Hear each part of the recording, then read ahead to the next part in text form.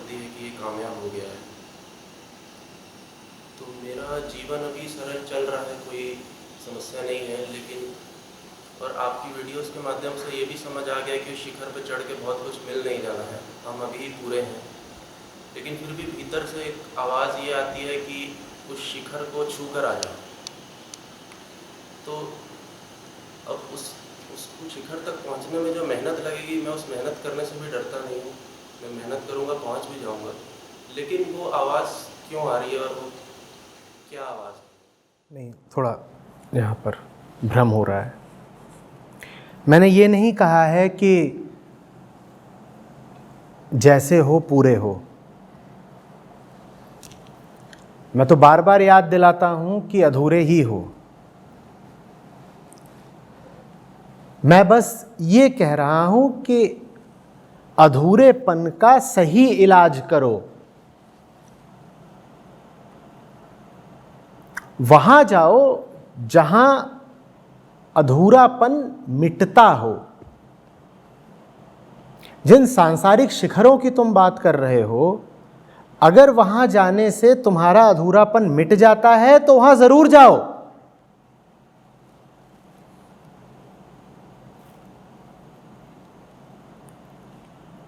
पर वहां जाने से पहले यह पक्का कर लेना कि उन शिखरों पर चढ़कर पूरे हो जाओगे।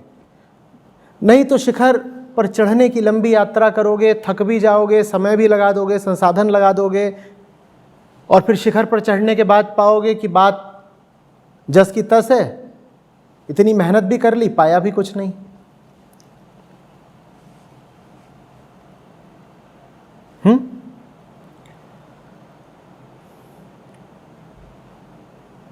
सांसारिक शिखर न अच्छे हैं न बुरे हैं।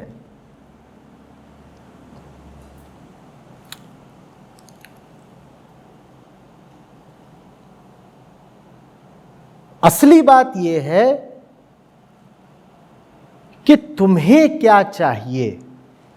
तुम्हें जो चाहिए, अगर वो उन चोटियों पर रखा हुआ है तो चढ़ो चोटी पर और ले आओ। जरूर जाना चाहिए, फिर यही धर्म होगा तुम्हारा। कौन से सांसारिक शिखरों की बात करते हो? यही ना कि किसी ने बड़ी यूनिवर्सिटी में पढ़ाई कर ली, उसके साथ यूनिवर्सिटी का नाम जुड़ गया, किसी ने बड़ी नौकरी हासिल कर ली, कोई मंत्री बन गया, कोई किसी कंपनी का सीईओ बन गया, कोई जनता में बहुत प्रसिद्ध हो गया। यही सब सांसारिक शिखर है ना। किसी के पास बहुत सारा पैसा आ गया, यही सब तो है। और क्या है सांसारिक शिखर? और कुछ है? मैं कह रहा हूं ये सब शिखर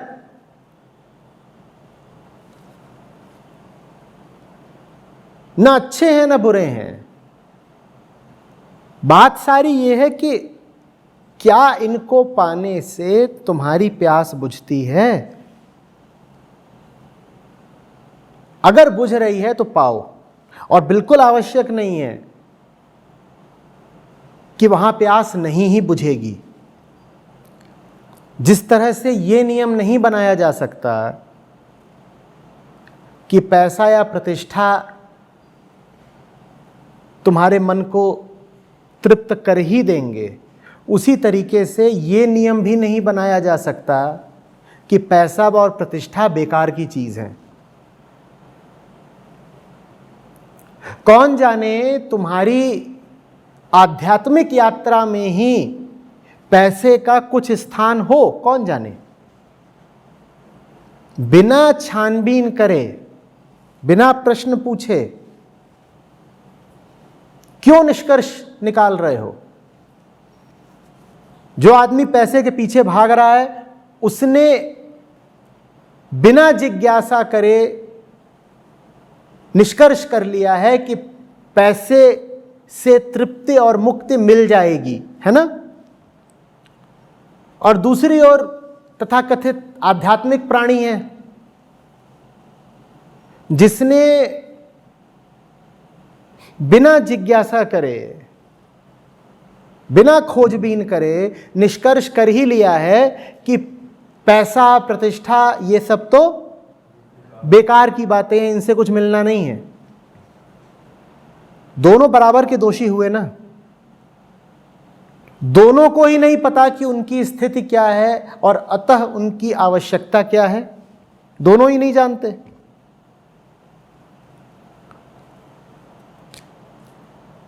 संसार में सब कुछ उपलब्ध है और देही हो तुम, प्राणी हो, जीव हो, अभी यहां सामने शरीर बनकर बैठे हो, तो तुम्हारे लिए तो संसार है, एक व्यवहारिक सत्य है संसार तुम्हारे लिए। तुम्हें तो संसार का ही उपयोग करना है तृप्ति पाने के लिए। प्रश्न यह है कि संसार में तो बहुत कुछ है, उसमें से क्या तुम्हारे लिए पाने योग्य है और क्या उपेक्षा योग्य है। जो तुम्हारे लिए पाने योग्य हो उसको अपना शिखर बनाओ, कहो वो पाना है। कुछ भी पाने के लिए बस इसलिए मत दौड़ पड़ो कि सब उसको पाने को आतुर हैं, और न ही किसी चीज की उपेक्षा सिर्फ इसलिए कर दो कि कुछ बड़े लोग बता गए हैं कि पैसा तो मिट्टी होता है, और स्कूल, कॉलेज, यूनिवर्सिटी में क्या रखा है,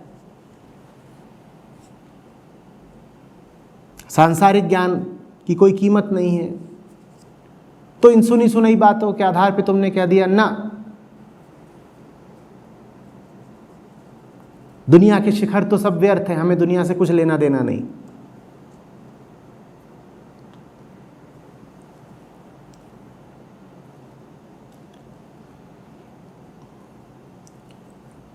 दुनिया के कुछ शिखर मैंने भी त्यागे, पर इसलिए नहीं त्यागे कि शिखरों में कुछ रखा नहीं है, इसलिए त्यागे क्योंकि मेरे लिए अनुकूल दूसरे शिखर थे। तो बात शिखर त्यागने की नहीं है, बात अनुकूलता की है।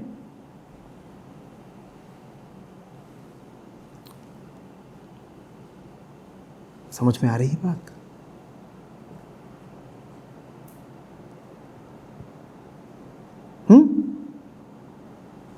तुम्हें विटामिन डी चाहिए तो विटामिन डी की गोली लोगे ना, पोटेशियम और फास्फोरस थोड़ी खाने लग जाओगे।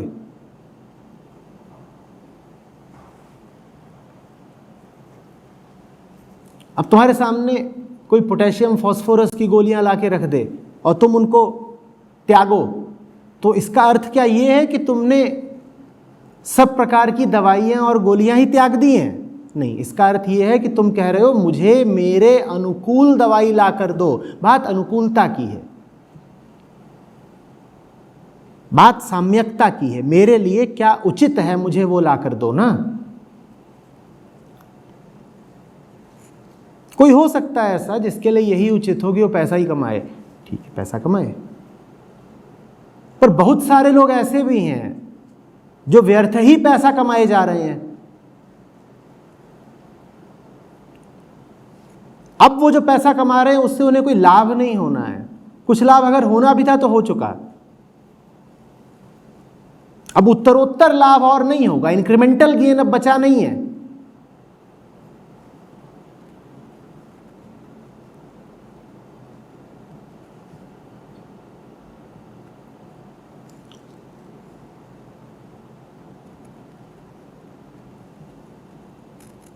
पर फिर भी कमाए जा रहे हैं, वो बेवकूफी है।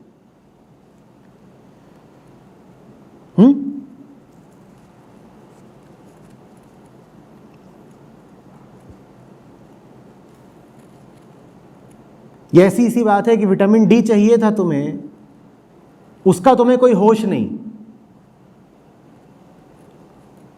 और पोटेशियम तुम फांके जा रहे हो, और मरे पोटेशियम टॉक्सिसिटी से। इतना पोटेशियम हो गया शरीर में कि मर ही गए। एक तरफ पोटेशियम बढ़ गया और दूसरी तरफ विटामिन डी था ही नहीं। जो चाहिए था वो तुमने स्वयं को दिया नहीं,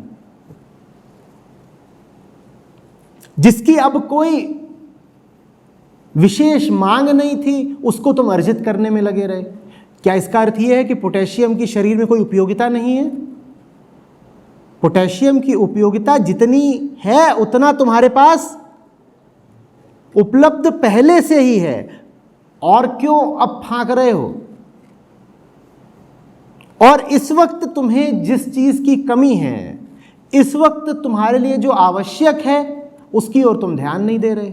नतीजा, जो नहीं कमाना वो कमाए जा रहे हो, और जो कमाना चाहिए उसकी ओर अंधे हो। अधिकांश लोगों की ये हालत है। उन्हें पता ही नहीं कि उन्हें क्या चाहिए, इसीलिए वो ऐसी चीजें अर्जित करने में लगे हुए हैं जिनको अब और अर्जित करके कुछ मिलेगा नहीं।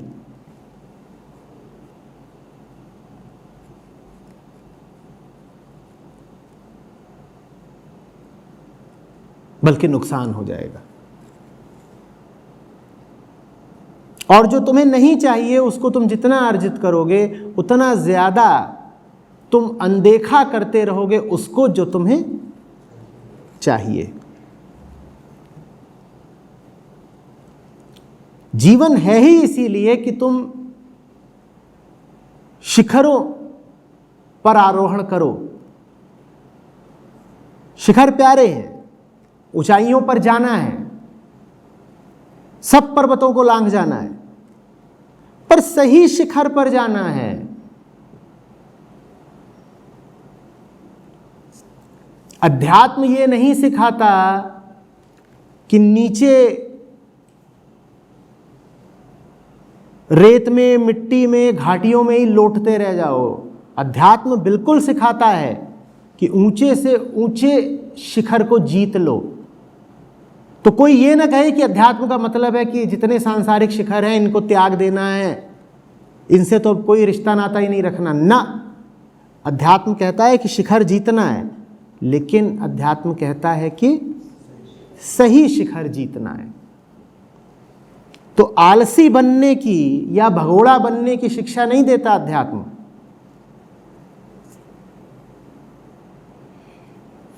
अध्यात्म ईमानदारी की, विवेक की, बुद्धिमानी की बात है।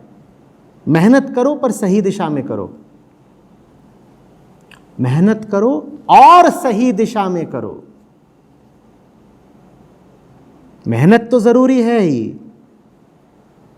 सार्थक दिशा में मेहनत उससे भी ज्यादा जरूरी है।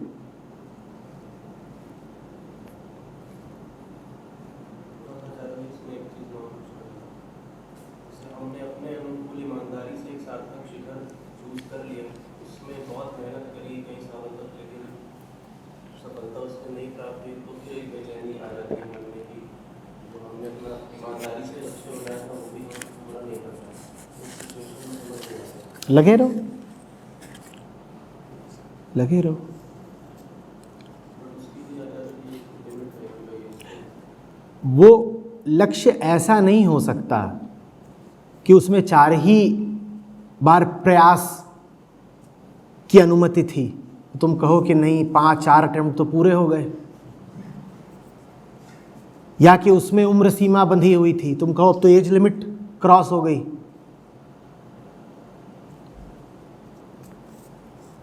फिर तो तुमने अभी शिखर का स्वरूप पहचाना ही नहीं।